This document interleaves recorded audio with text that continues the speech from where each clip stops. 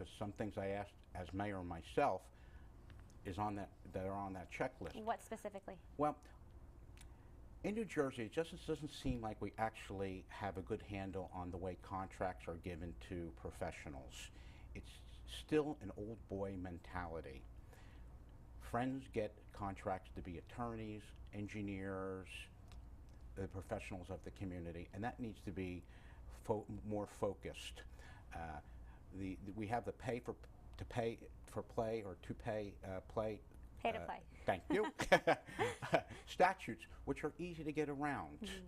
And that's wrong, and that ends up costing the taxpayers. Now, under the checklist, these contracts have to be reviewed and submitted to the state of New Jersey, and there's going to be real accountability, and I think that's a step in the right direction.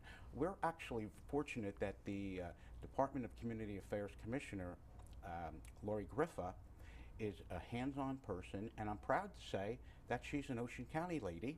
She graduated high school east in Toms River, and she knows our area and she knows what our needs are, but she's hands-on and she's trying to work with the mayors in order to make this a palatable way of running the government in the future. But in essence, we have to recall or know that we are here for the taxpayer.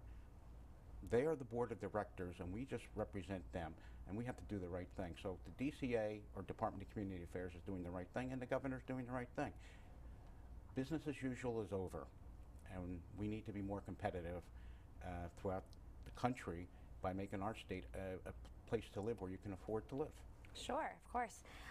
Governor Christie's 33 toolkit, should the state abide by the same toolbox and checklist, or do you think, with the mergings of state agencies, I mean, how do you feel that comes into play, especially with, how does Beechwood play in? In the 31 years since I was first elected, that's the one thing that always bothered me, the fact that we've had caps on local spending and requirements on local government, but the state had never adhered to the same regulations.